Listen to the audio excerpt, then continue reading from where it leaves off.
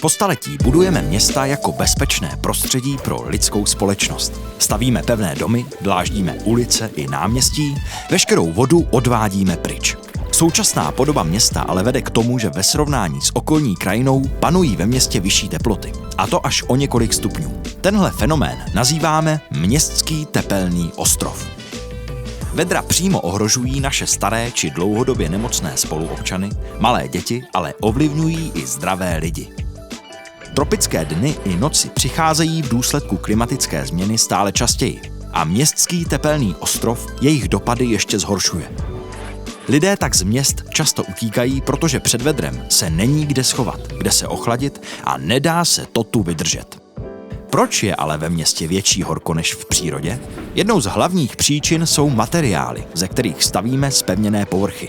Většina slunečního záření je v místě dopadu pohlcena a mění se na teplo. A některé povrchy se tak rozehřívají až na 60 stupňů. To je, jako bychom chodili po radiátoru. Teplo se v materiálech dlažeb, fasád a střech akumuluje a sálá pak ještě dlouho do noci. Nedostatek vegetace je dalším důvodem, proč se město přehřívá. Ulice nejsou zastíněné, takže nic nebrání tomu, aby se zpevněné povrchy rozpálily na maximum. Rostliny, hlavně stromy, navíc fungují jako přírodní klimatizace. K odpařování vody totiž spotřebovávají teplo okolního vzduchu a tím ho ochlazují. Čím méně zeleně ve městě je, tím vyšší jsou teploty ve srovnání s okolní krajinou.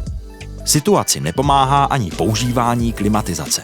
Ta sice odvádí teplý vzduch z interiéru a nám je uvnitř dobře. Za to lidé na rozpálené ulici trpí o to víc. Klimatizace navíc spotřebovává energii z fosilních zdrojů a přispívá tak ke zhoršení skleníkového efektu.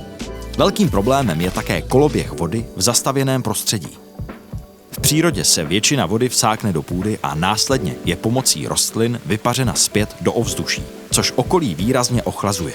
My lidé se však snažíme dešťovou vodu rychle odvést do kanalizace a pryč z města, abychom ochránili naše stavby a ulice. Je to sice pochopitelné, ale s vodou zároveň přicházíme o nejefektivnější způsob chlazení. Pokud chceme příjemná a obyvatelná města i v 21. století, je třeba veřejný prostor zásadně upravit a přiblížit jej přírodě. Musíme se naučit využívat dešťovou vodu, nechat ji zasakovat v zelených pásech, vysazovat nové stromy a pečovat o ty stávající. Ozelenit střechy a fasády našich budov. Požadujme po našich zastupitelích, aby problém přehřívání města řešili, aby měli koncepční plán a plnili jej. Aby město nepálilo.